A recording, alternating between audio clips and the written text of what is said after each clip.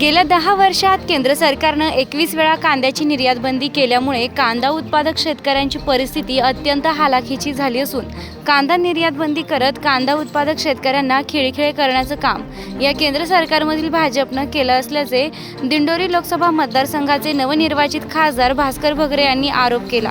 खासदारपदी निवड झाल्यानं निवृत्ती न्याहारकर, अरुण न्याहारकर, शरद न्याहारकर या शेतकऱ्यांनी कांद्याची माळ घालून सत्कार केला।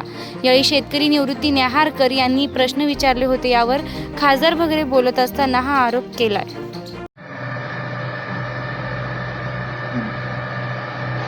सर, तुम्ही आता पूर्ण लोकसभेमध्ये फिरले, शेतकऱ्यांच्या दारात गेले, शेतकऱ्यांच्या शेतात गेले, काय परिस्थिती वाटली तुम्हाला आणि शेतकऱ्यांच्या वेदना तुम्ही काय जाणून घेतल्या?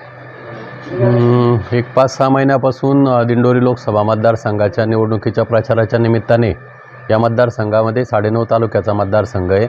या मतदारसंघामध्ये सुरगाणा आणि पेठ जर तालुके सोडले तर उर्वरित सर्व तालुक्यामध्ये कांदा हे पीक मोठ्या प्रमाणावरती घेतलं जातं आणि त्याचबरोबर इतरही द्राक्ष पीक आहे, टोमॅटो आहे किंवा इतरही शेतीमालाचं मोठ्या प्रमाणावर उत्पादन होतं, परंतु कांदा हे प्रमुख पीक या मतदारसंघामध्ये आहे। आणि आपण जर सगळ्यांनी बघितलं तर 10 वर्षापासून केंद्र सरकारने, या भाजपा सरकारने शेतकऱ्यांच्या विरोधामध्ये म्हणजे कांदा उत्पादक शेतकऱ्यांच्या विरोधामध्ये 10 वर्षात 21 वेळा कांदा निर्यात बंदी करून आणि शेतकऱ्याला कुठंतरी त्याच्या घामाचा दाम या कांद्याच्या रूपाने, कारण दुष्काळी परिस्थितीमध्ये हे जे कांदा उत्पादन घेतलं जातं, विशेषतः देवळा असेल, चांदवड असेल, येवला, नांदगाव किंवा मालेगावचा काही भाग आहे, या भागामध्ये दुष्काळी परिस्थिती असताना कांद्याचं उत्पादन घेतलं जातं।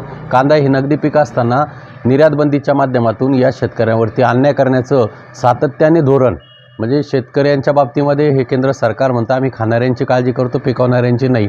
आणि म्हणून हे सरकार मागच्या 8 डिसेंबरला कांद्याला 4-4.5 हजार रुपयाचा भाव होता। कांद्याची निर्यात बंदी केल्यामुळे आज तो भाव म्हणजे त्यावेळी 1000 रुपयाच्या जवळपास आला आणि आज कांद्या निर्यात बंदी उठवल्यानंतर सुद्धा तो 1,500 ते 2,000च्या जवळपास आहे। शेतकऱ्याचा उत्पादन खर्च देखील निघत नाही, म्हणजे अशा कांदा उत्पादक शेतकऱ्यांवरती सातत्याने अन्याय होतोय। त्याचा फटका द्राक्ष शेतीला बसतोय किंवा आज शेतीमालाला कुठल्याही प्रकारचा भाव नाही। एका बाजूला शेतीमालासाठी लागणाऱ्या उत्पादनाच्या साधनांच्या किमती तिपटी चौपटीने वाढल्या आहे, त्याच्यावर GST आकारला जातोय, म्हणजे शेतकऱ्याला खिळखिळं करण्याचं काम या 10 वर्षामध्ये या केंद्र सरकारने, BJP सरकारने केलेलं आहे। आणि अतिशय वाईट अवस्था म्हणजे आज उन्हाळ कांद्याचं उत्पादन पाण्याअभावी फारसं निघालेलं नाही आहे आणि कांदा निर्यात बंदी हटवायला पाहिजे होती, परंतु ती हटवताना निर्यात शुल्क 40% आकारणी केल्यामुळे आज आपल्या देशातून कांदा परदेशात जाताना 1 किलोला साधारण 70 रुपये खर्च येतो आणि परदेशामध्ये पाकिस्तान असेल किंवा इतरही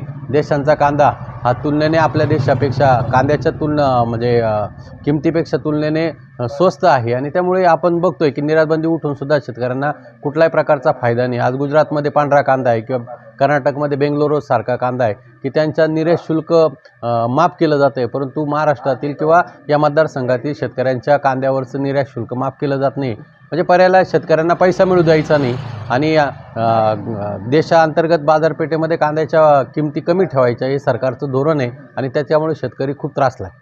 सर, आता नाशिक जिल्ह्यामध्ये NCCF आणि नाफेड करोडो रुपये हा निधी येतो केंद्र सरकारकडून, पण ज्या काही खासदार मागं पराभूत झाल्या त्यांनी त्याच्याकडे साफ दुर्लक्ष केलं किंवा त्यांचं पाठबळ असल्या कारणाने, पण आता नाफेड आणि NCCFची खरेदी ही बाजार समितीमध्ये खरेदी करावी अशी शेतकऱ्यांची भावना आहे। तर तुम्ही याच्यासाठी काय करणार आहे? कारण नाफेड आणि NCCFनी हा कांदा बाजार समितीत पारदर्शकपणाने काम चालू असताना तिथं खरेदी करणं गरजेचं आहे।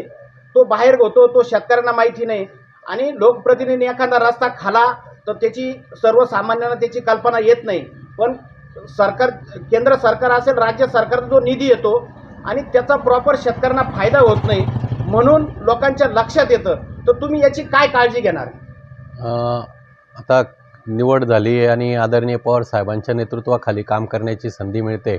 आपला दिंडोरी लोकसभा मतदारसंघ आहे किंवा शिरूर लोकसभा मतदारसंघ आहे, या ठिकाणी सुद्धा कांद्याचं मोठ्या प्रमाणावर उत्पादन होतं आणि अमोल कोल्हे साहेब आहेत किंवा आदरणीय पवार साहेबांच्या मार्गदर्शनाखाली नाफेड असेल किंवा NCCFच्या माध्यमातून जी खरेदी होते या खरेदीच्या संदर्भामध्ये, कारण बाजार समित्या कार्यान्वित असताना फार्मर प्रोड्युसर कंपन्यांच्या मार्फत कांदा खरेदी करून सरकार चुकीचे पायंडे किंवा चुकीच्या गोष्टी करण्यासाठी परावृत्त करतं हे आपण पाठीमागच्या काळात बघितलं आहे.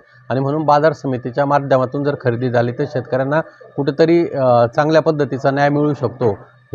यासाठी मी नक्कीच प्रयत्न करेल एवढं या निमित्ताने सांगतो. आणि काय होतं का निर्यात असेल इम्पोर्ट असेल याच्यावर खरं फोकस करणं गरजेचं आहे. कारण आपल्याकडं हा मोठ्या प्रमाणात कांदा हा उत्पादन होतो आणि शेतकऱ्यांचं जीवनमानसुद्धा त्याच्यावरच असतं. आणि नक्कीच शेतकऱ्यांची हीच अपेक्षा आहे तुमच्याकडून येणाऱ्या काळामध्ये का आपल्या शेतकऱ्यांचे तिथं लोकप्रतिनिधींनी पटलावर लोकसभेच्या पटलावर हा तिथं ज्वलंत प्रश्न हा मांडला पाहिजे.